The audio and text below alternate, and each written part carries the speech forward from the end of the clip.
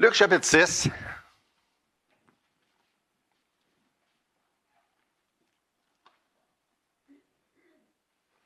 On est rendu au verset 43. On progresse lentement. Luc chapitre 6, je m'étais fait à l'idée déjà avant de commencer qu'on serait là pendant un bout de temps parce qu'il y a tellement de choses là. Puis c'est surtout un chapitre clé où est-ce que Jésus prend vraiment le temps de préparer ses disciples pour qu'est-ce qui s'en vient. Et il y a beaucoup de choses qui sont... Premièrement, il les choisit, on a vu ça au début, puis là, il les enseigne sur le genre de principes qui sont juste pas normaux, pas communs, pas selon le reste du monde. Et ils sont pour nous aussi, ces principes-là. Fait que quiconque veut servir le Seigneur, sait que c'est pas populaire. Puis si c'est populaire, c'est normalement pas bon signe. Hein? Parce qu'il existe des supposés ministères qui sont très, très populaires dans le monde.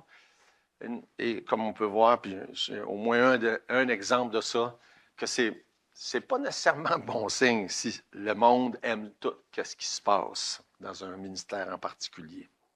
Fait qu'il va y avoir de l'opposition, Jésus en a parlé, il va y avoir des persécutions, il va y avoir des épreuves pour tous ceux qui veulent s'impliquer et servir le Seigneur. Fait que la dernière fois, on a vu que c'était important de ne pas focusser sur les problèmes des autres, hein, parce que c'est facile. C'est toujours la chose la plus facile, mais de vraiment se regarder soi-même avec l'image de la poutre et puis de la paille. Puis quand on focus trop sur les autres, mais non seulement on se trompe d'emphase, mais aussi c'est comme si on était en train de se tromper, de ne pas faire ce que Dieu nous dit de faire. Alors, non seulement on fait ce qu'on ne devrait pas, mais ensuite on ne fait pas ce qu'on devrait. Fait qu'à partir du verset 43, Jésus utilise trois images.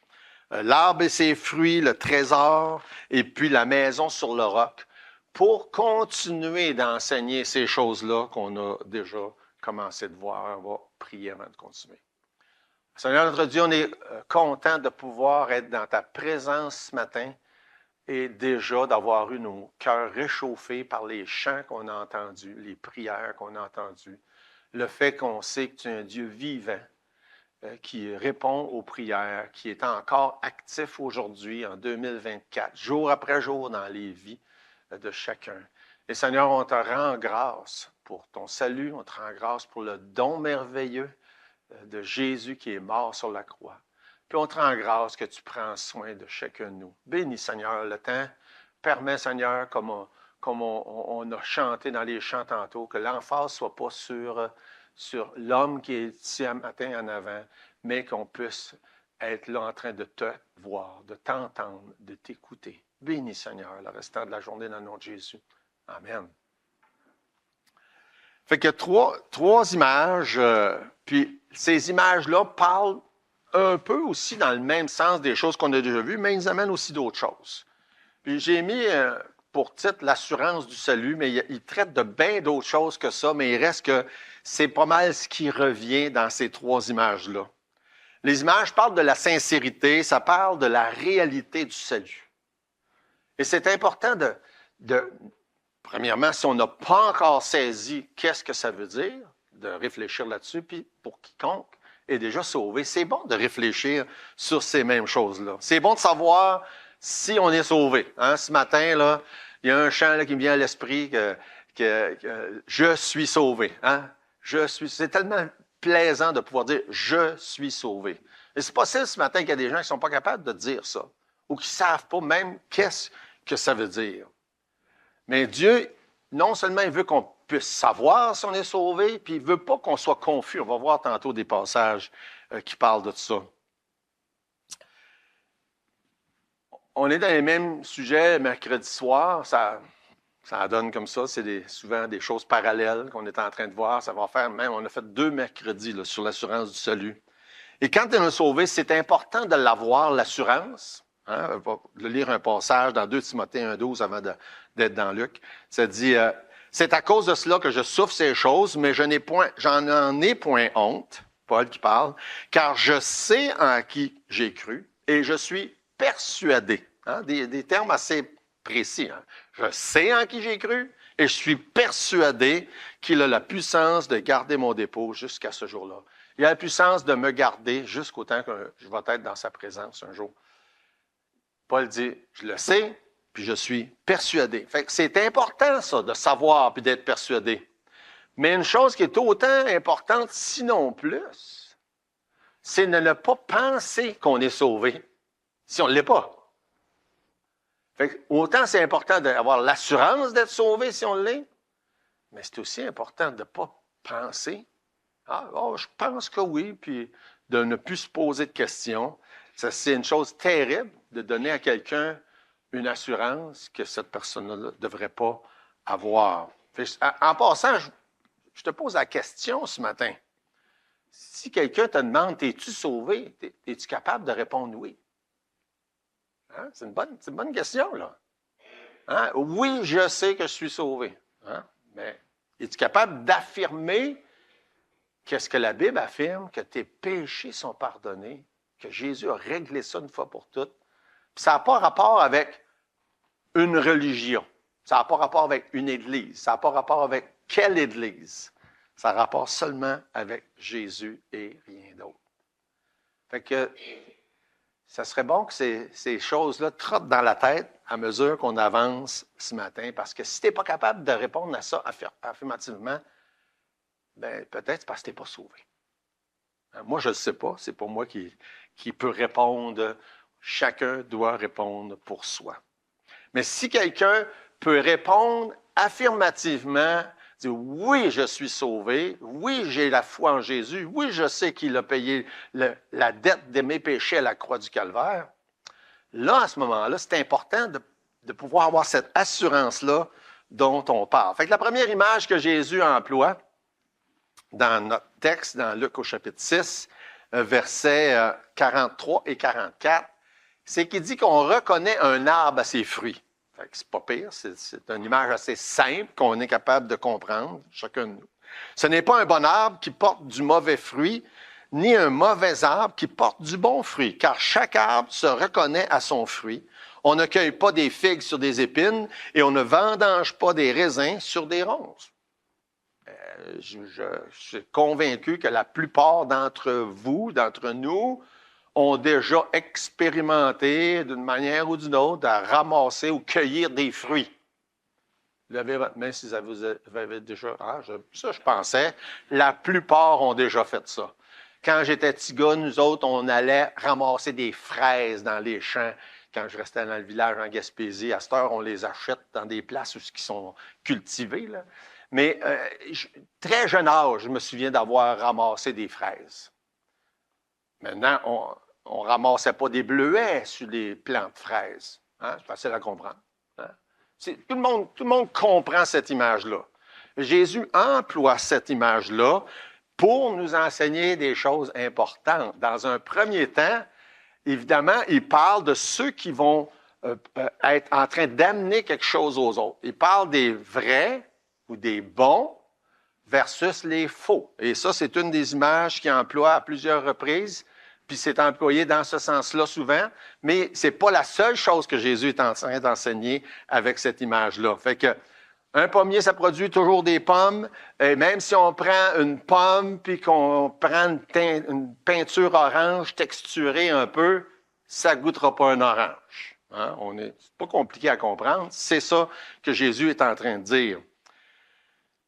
Il réfère à ce qu'il parlait justement précédemment, quand on est en train de pointer les autres du doigt, entre autres, hein, puis qu'on dit, ben lui est pas bon, puis moi je suis bon, ben il dit, regarde, tu n'as pas besoin de pointer les autres du doigt.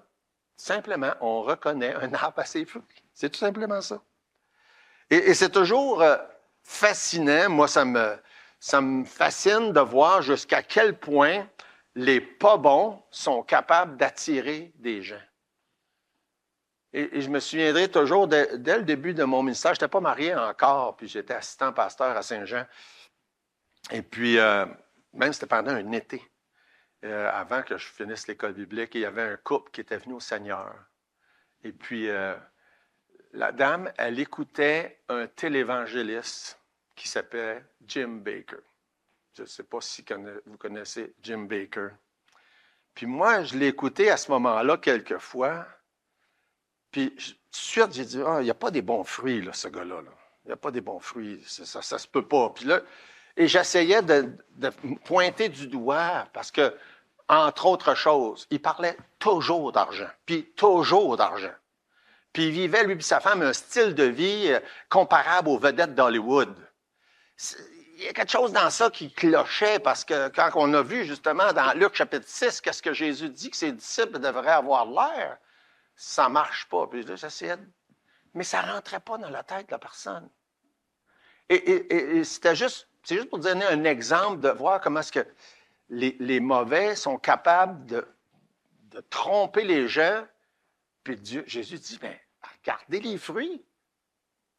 Maintenant, quelques années plus tard, cet homme-là, je ne me gêne pas de le dire parce qu'il s'est fait arrêter. Il a été trouvé coupable de 24 chefs d'accusation de fraude.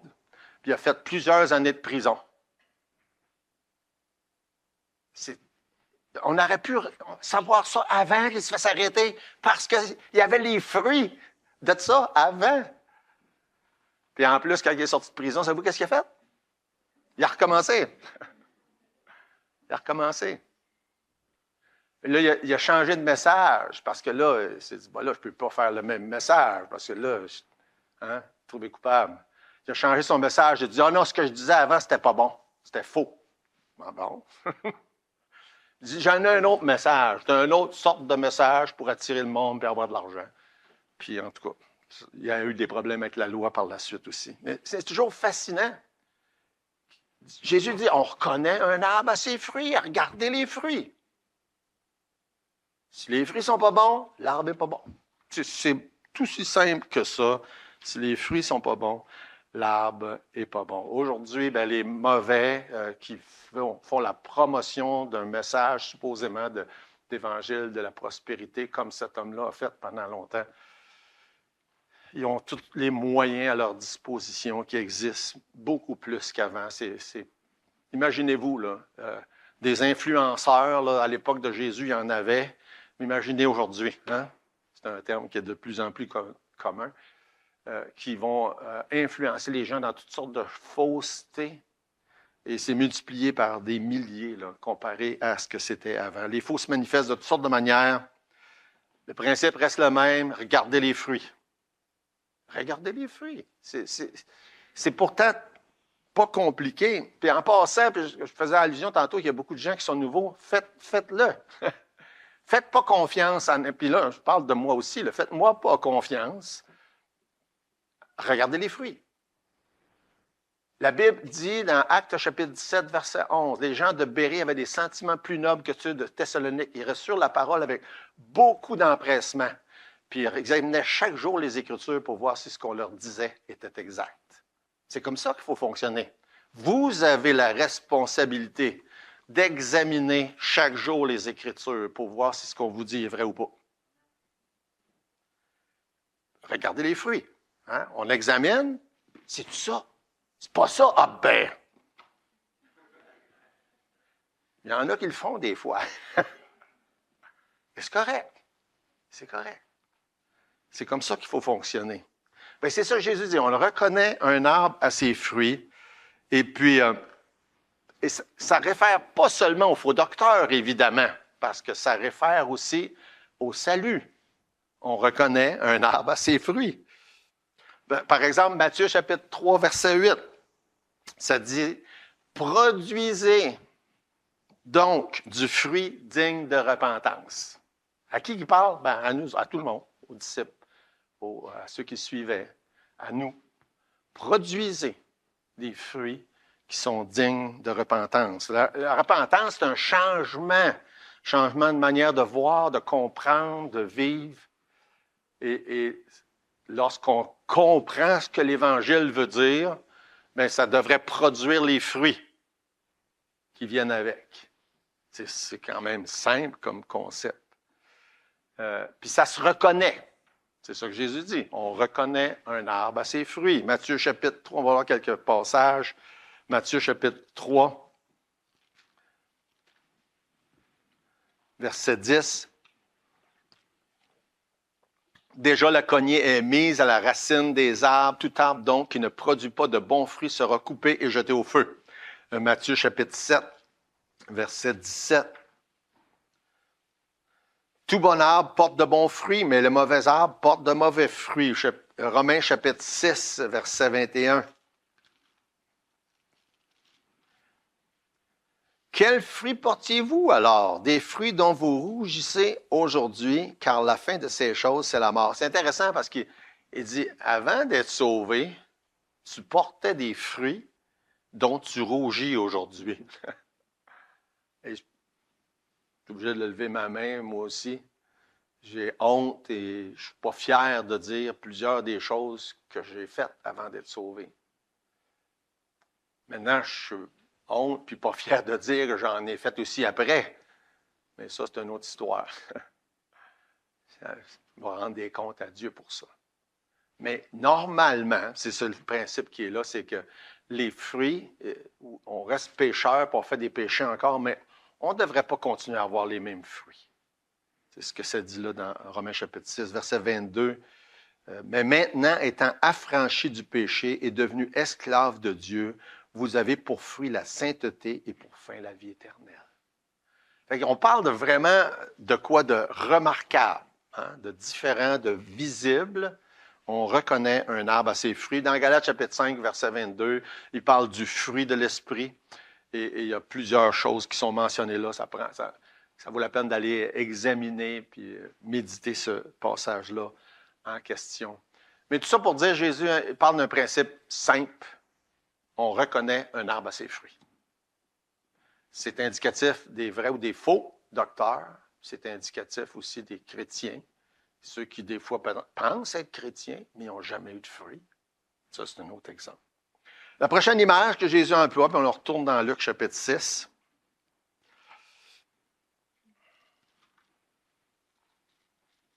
C'est encore le même principe. On est rendu au verset 45. Il parle d'un trésor, une autre image. Jésus parle beaucoup avec des images. L'homme bon tire de bonnes choses du bon trésor de son cœur, et le méchant tire de mauvaises choses de son mauvais trésor. Car c'est de l'abondance du cœur que la bouche parle.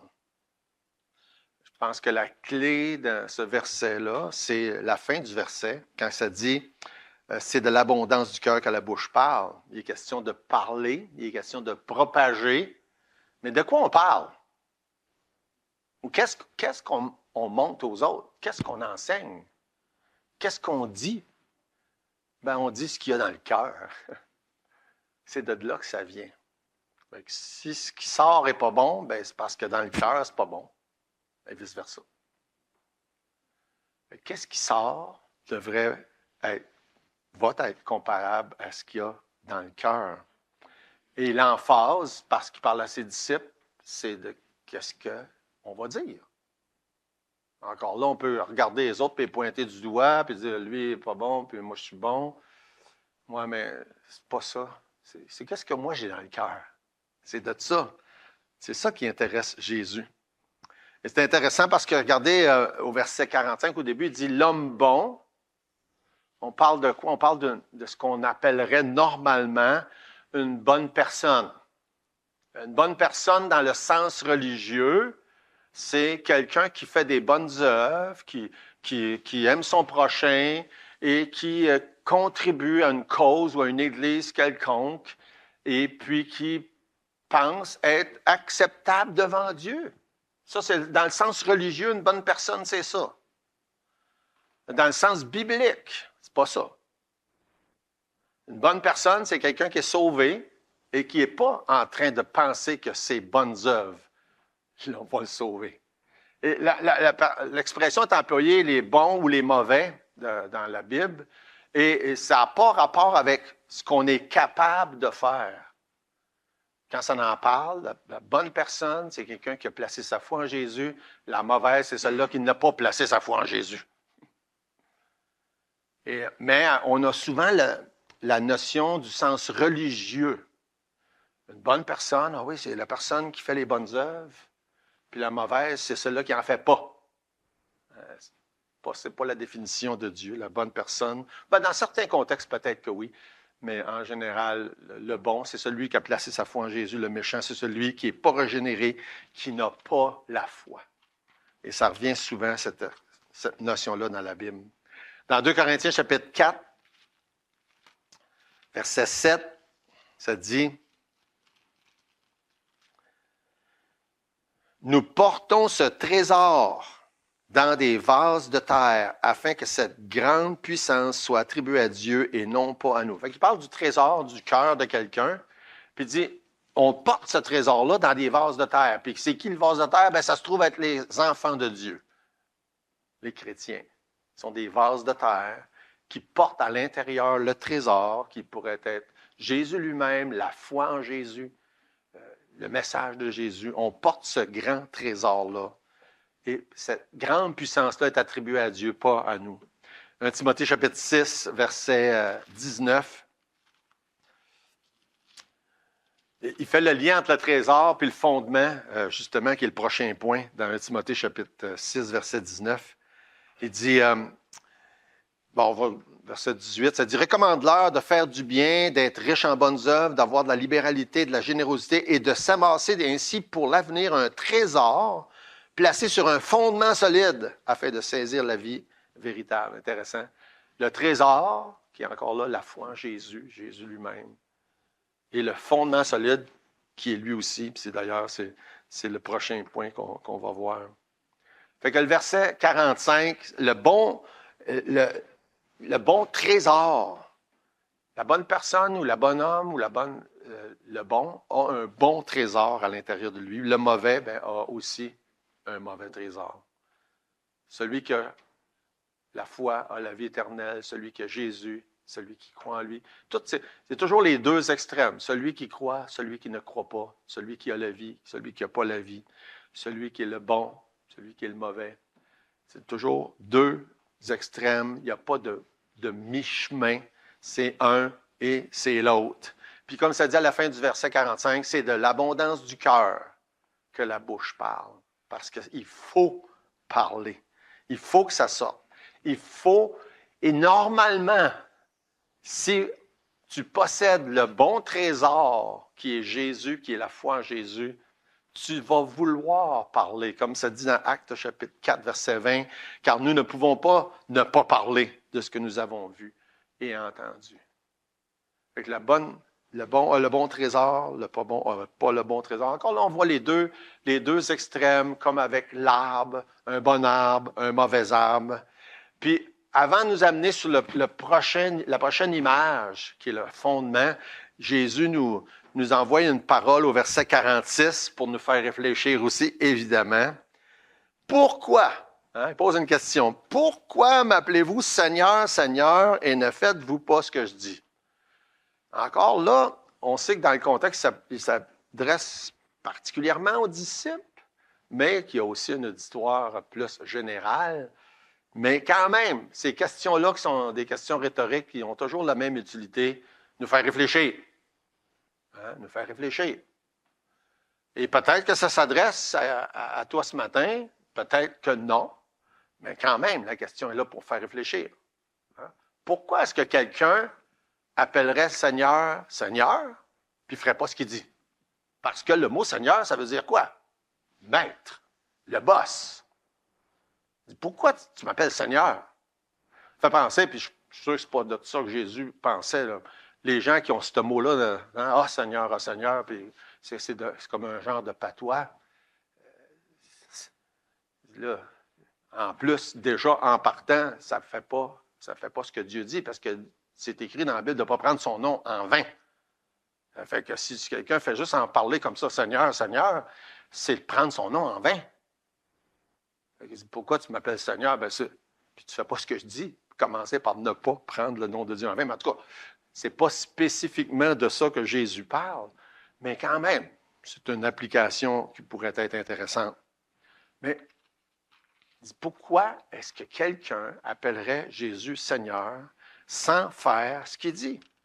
Dans Luc chapitre 13, par exemple, un petit peu plus loin, verset 25, ça dit Quand le maître de la maison se sera levé et aura fermé la porte et que vous, étant dehors, vous commencerez à frapper à la porte en disant « Seigneur, Seigneur, ouvre-nous », il vous répondra « Je ne sais pas d'où vous êtes, je ne connais même pas ». Il y a des gens qui vont, selon cette image-là, à la fin dire « Ouais, mais moi, je pensais bien que c'était mon Seigneur, mais il dit, je ne te connais pas. » Fait que c'est un sujet très important à réfléchir quand on regarde ce que ça dit là et aussi ailleurs, versets 26 jusqu'à 27. Dans le chapitre 13 toujours, ça dit « Alors vous vous mettrez à dire, nous avons mangé et bu devant toi, tu nous as enseigné dans nos rues. » Et il répondra, « Je vous le dis, je ne sais pas d'où vous êtes, retirez-vous de moi, vous tous ouvriers d'iniquité. » Fait qu'il y a des gens qui ont la prétention de connaître le Seigneur, puis lui, il dit, « Non, non, moi, je ne vous connais pas. » Et là, ça nous amène à se poser une question très, très, très importante, c'est comment s'assurer que lui me connaît? C'est important, là. Il dit, il y en a qui connaissent le Seigneur, puis que lui dit, moi, je ne vous connais pas. Comment est-ce que je m'assure de connaître le Seigneur? C'est assez simple. Si vous n'aviez pas encore la réponse à ça, c'est de croire.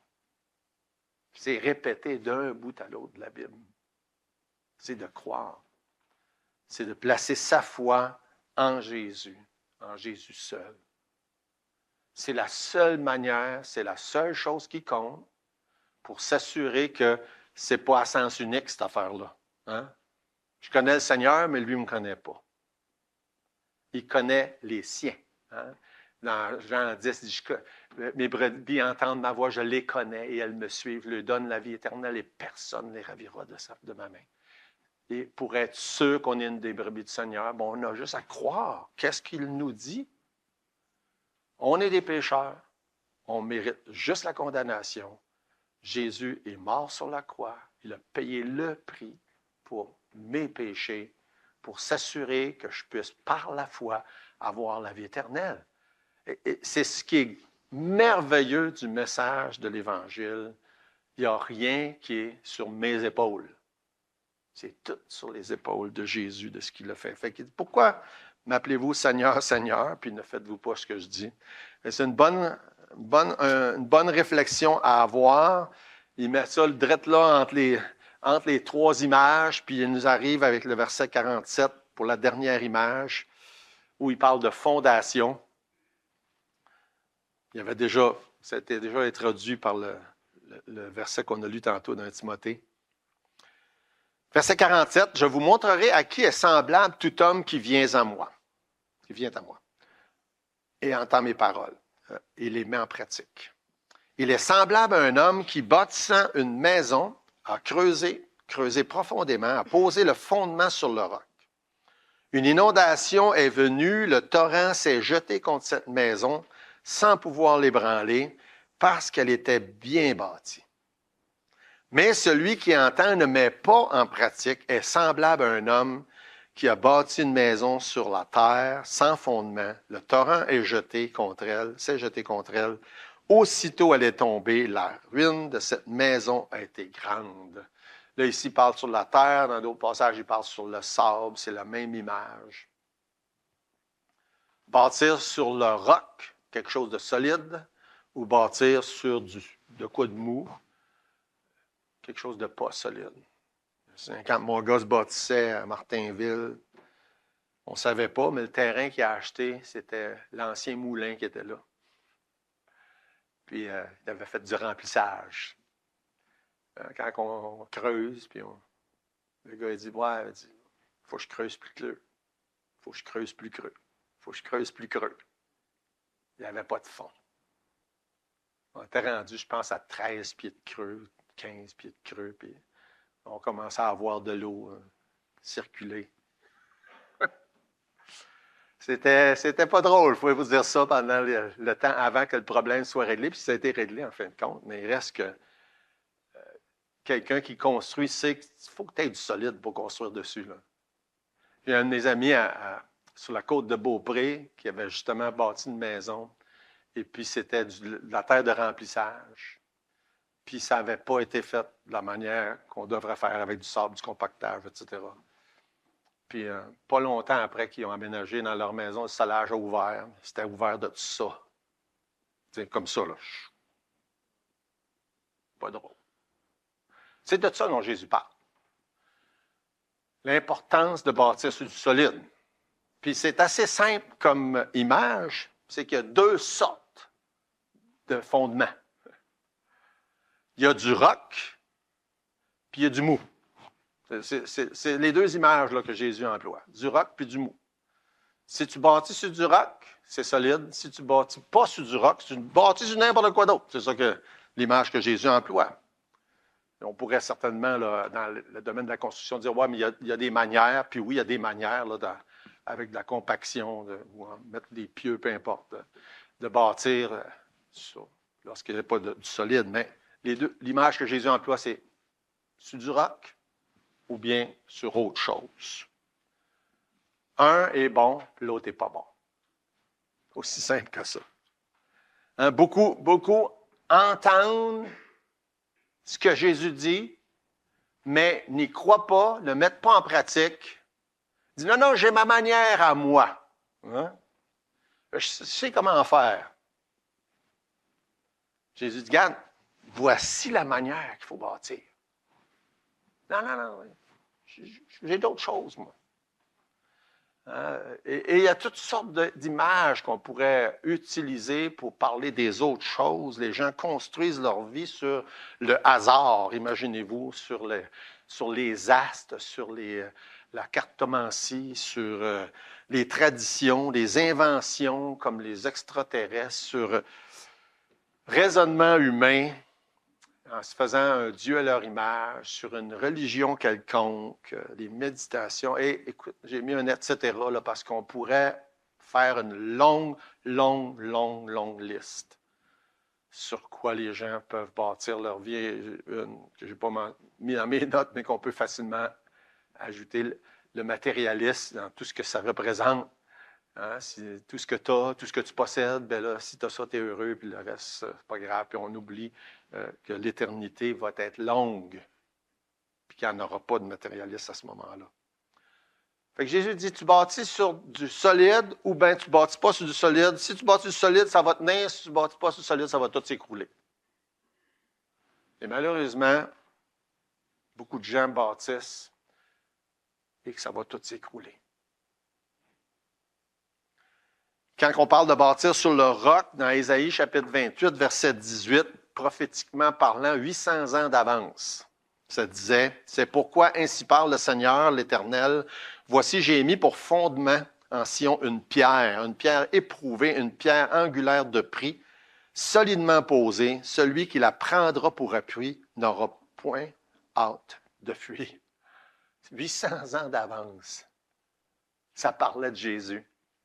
Cette pierre angulaire, ce roc sur lequel tout devait être construit. Dans 1 Pierre, chapitre 2, verset 6, ça dit, car il est dit dans l'Écriture, voici je mets en Sion une pierre angulaire, on parle de la même chose, choisie, précieuse, et celui qui croit en elle, remarquez là, les mots qui sont employés, on a parlé de ça tantôt, celui qui croit en elle ne sera pas confus. C'est ça que Jésus parle dans Luc 6. Celui qui croit en elle, en parlant de la pierre ou de Jésus, ne sera point confus. Dans Éphésiens chapitre 2, on va lire quelques versets dans Éphésiens chapitre 2.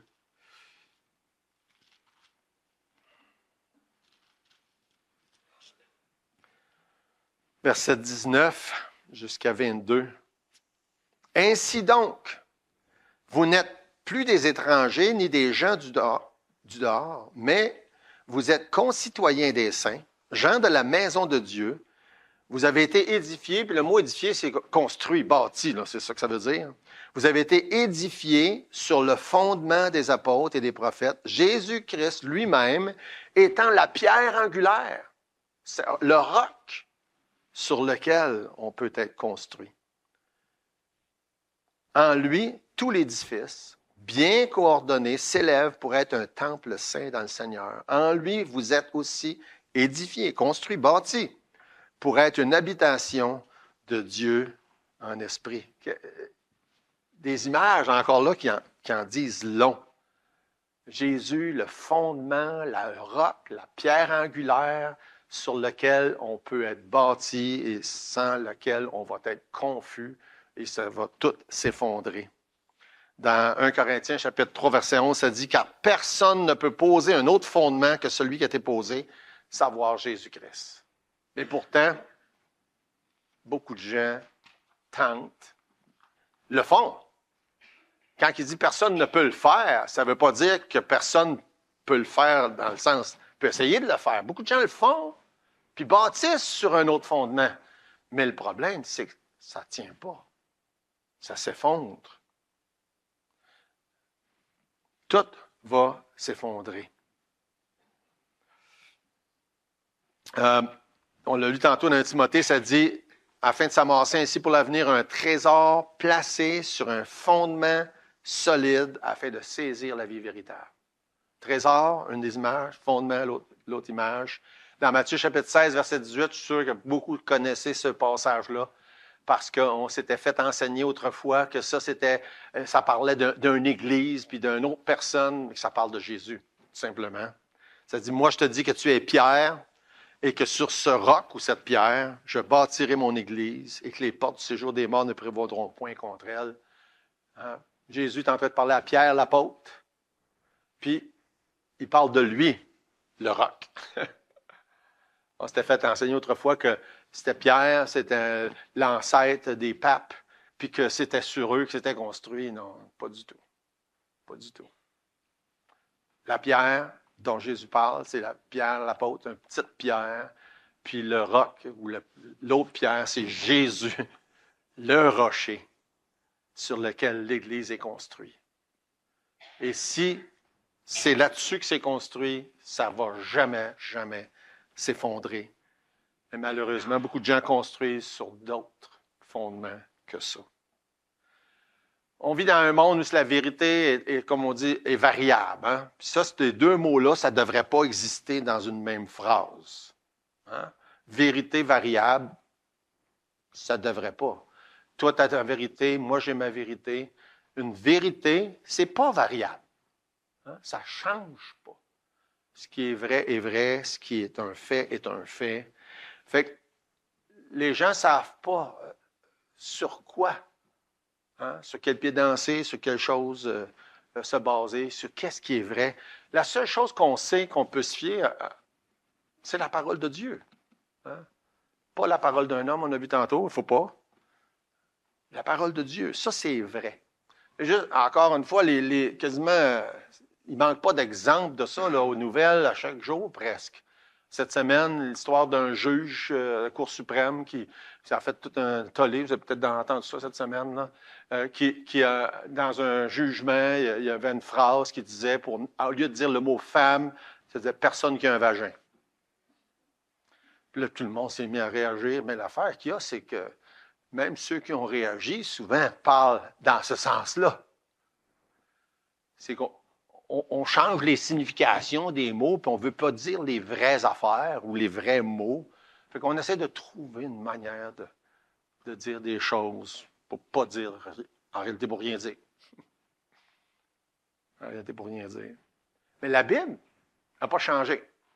Ce qui était vrai il y a 2000 ans est encore vrai aujourd'hui. Ce qui était vrai avant ça même. Puis encore là, ce qui est frappant, c'est qu'à l'époque de Jésus, il y avait déjà des gens là, qui se propageaient des messages qui n'avaient pas de sens ou qui étaient contraires au bon sens. Justement, comparable aux influenceurs d'aujourd'hui, mais il n'y avait juste pas les mêmes méthodes. Mais Jésus, dans Luc 6, veut s'assurer que ses messagers soient clairs, soient vrais. Et c'est pour ça qu'il emploie toutes ces images-là. Hein? Il prend 3 images de suite là, dans la fin du chapitre, que ce soit les fruits distincts, un trésor qui parle de lui-même, ou quelque chose de bâti sur le roc. Il veut que ça soit clair, que ça soit défini, puis que quiconque propage ce message-là le dise d'une manière claire, puis que quiconque entend le message ait un son clair, pas quelque chose de flou. Puis je reviens avec les questions de tantôt. Est-ce que tu as placé ta foi dans un message clair, distinct, comme le message de Jésus? Est-ce que tu peux dire, oui, moi, je suis sauvé. Oui, j'ai placé ma foi en Jésus. Je sais que j'ai la vie éternelle. Pas parce que j'ai fait des bonnes choses, mais à cause de ce que Jésus a fait. Ça, c'est le message clair et c'est ce qui produit les fruits, c'est ce qui produit ce trésor, c'est ce qui produit cette assurance d'avoir les deux pieds sur le roc. Laissez-moi juste prendre quelques secondes pour vous encourager à considérer ça. Il n'y a rien de plus rassurant, plaisant d'avoir cette assurance-là, d'avoir les deux pieds sur le roc. Quand que David parle dans le psaume 125, il dit, je ne suis même plus sûr si c'est David, mais en tout cas, dans le psaume 125, Cantique des degrés, ceux qui se confient en l'Éternel sont comme la montagne de Sion. Elle ne chancelle point. Elle est affermie pour toujours. Des montagnes entourent Jérusalem, ainsi l'Éternel entoure son peuple dès maintenant et jamais. Hein? Ceux qui se confient à l'Éternel sont comme une montagne de Sion. La montagne de Sion, savez-vous qu'est-ce qu'il y a dessus? Pas grand-chose à part que du roc. Ceux qui se confient à l'Éternel sont comme la montagne de Sion, comme un gros rocher. Moi, je suis un amateur de pêche, puis ça m'arrive assez souvent quand je vais à la pêche, je marche dans l'eau, puis là, il y a des rochers, hein, il y a des rocs, un peu partout. Puis ça m'est arrivé une couple de fois, puis quand je dis une couple, ça veut dire plusieurs, là, de mettre le pied sur une roche qui n'était pas ferme, puis de prendre une débarque. Je peux vous dire que quand tu as une canne à pêche dans les mains, puis tu es tout guiné, puis des grosses bottes tombées dans l'eau, là, c'est pas plaisant. Et il y a quelque chose de plaisant, puis il y a une place, entre autres, là, dans la rivière Magog où je vais, il y a un gros rocher sur le bord de l'eau. Les doigts, je ne sais pas quel. On se met deux pieds là-dessus, ça ne bouge pas. Puis à chaque fois que je vais là, je sais que ça ne bougera pas. C'est plaisant. Parce que ce n'est pas plaisant quand c'est branlant. Dieu dit, ceux qui se confient en l'Éternel, ils ont les deux pieds sur le roc. C'est plaisant. Et je vous encourage à considérer ça, à avoir cette assurance-là d'avoir les deux pieds sur le roc. Encore là, le roc, ce n'est pas une religion, ce n'est pas une dénomination, ce n'est pas une église, c'est Jésus. C'est Jésus et Jésus seul. Et là, je termine avec le psaume 40. Qui est de David? Psaume 40, verset 1, ça dit au chef des chants de David, « J'avais mis en l'Éternel mon espérance et il s'est incliné vers moi. Il a écouté mes cris. Il m'a retiré de la fosse de destruction, du fond de la boue, et il a dressé mes pieds sur le roc. Il a affermi mes pas. » Fait qu'on bâtit sur le roc ou on bâtit sur autre chose. Une chose extraordinaire, c'est que si notre vie est bâtie sur le roc qui est Jésus, il parle d'avoir les deux pieds affermis, solides, pas branlants, savoir. Et comme David, eh bien, je vous encourage, tournez-vous vers Dieu et confessez vos péchés. Demandez-lui de vous sauver, de vous affermir les deux pieds sur le roc. Et je sais que plusieurs des gens qui sont ici, la majorité probablement, l'ont déjà fait.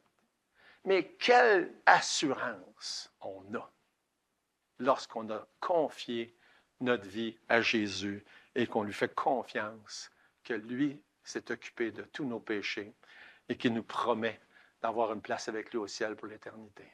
Que Dieu vous bénisse. On prie. Notre Dieu, merci pour ta grande paix que tu nous donnes, cette assurance qu'on a de pouvoir savoir qu'on va porter les bons fruits, cette assurance de savoir qu'on a le bon trésor, cette assurance de savoir qu'on a les deux pieds sur le roc. Je te prie, Seigneur, pour quiconque n'a pas encore cette assurance, que tu peux amener à la foi à la vie éternelle, puis pour chaque enfant de Dieu, que tu puisses réconforter. Et c'est dans le nom de Jésus, je te prie. Amen.